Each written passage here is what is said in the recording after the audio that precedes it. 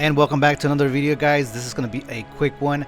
We're going to start off with building a white base for the lettering, making sure these letters come out nice and bright, and starting off with regular white, and we're going to do a base of yellow. I totally forgot that they made these gray charcoal jeans. That style, it looks kind of cool. I want to get some for myself, but for now we're going to go ahead and continue on adding the interior color.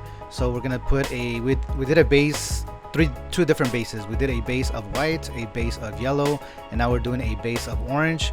The final color is gonna be orange, but I wanted to have that rich color behind it, and of course we want to put some shading in there so it looks nice and kind of three-dimensional. So I'm gonna take some orange and some like cardinal color and try to darken up that orange.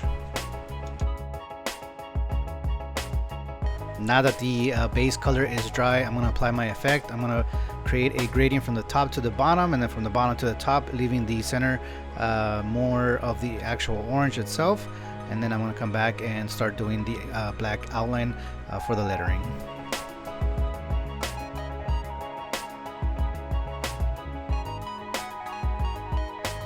At this point, what I'm trying to do is find the edges of each letter, and this way I know where to put the outside outline in. So I'm trying to define that first, and then I'm going to come back and apply the outline color, which is a similar color, just a little bit darker. And as you notice, I did not put any white base on that outer outline because I wanted it to be a little bit darker, and we only put white base in the inside of the lettering.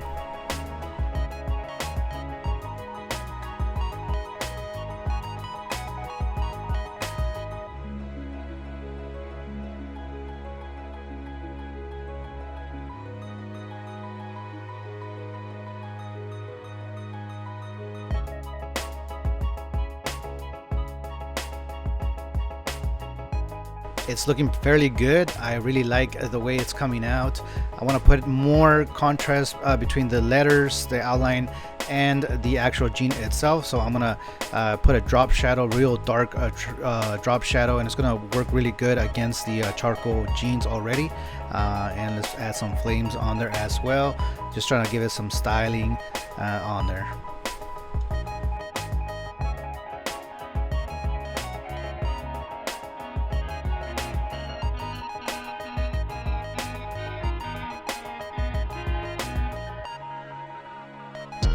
The contrast is really good at this point, but we're going to take it a step further and actually cut the differences between the different objects by adding a white highlight and a little bit of a glow around it, so we can separate the foreground from the background.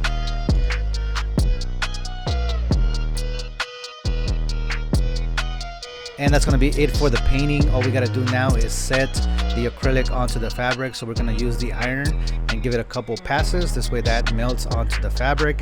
And all we got to do is just sit back and enjoy it. So let me know what you guys think of this particular project. This was for a album release, a party, and I think it came out pretty nice. It looks a little bit brighter in real life.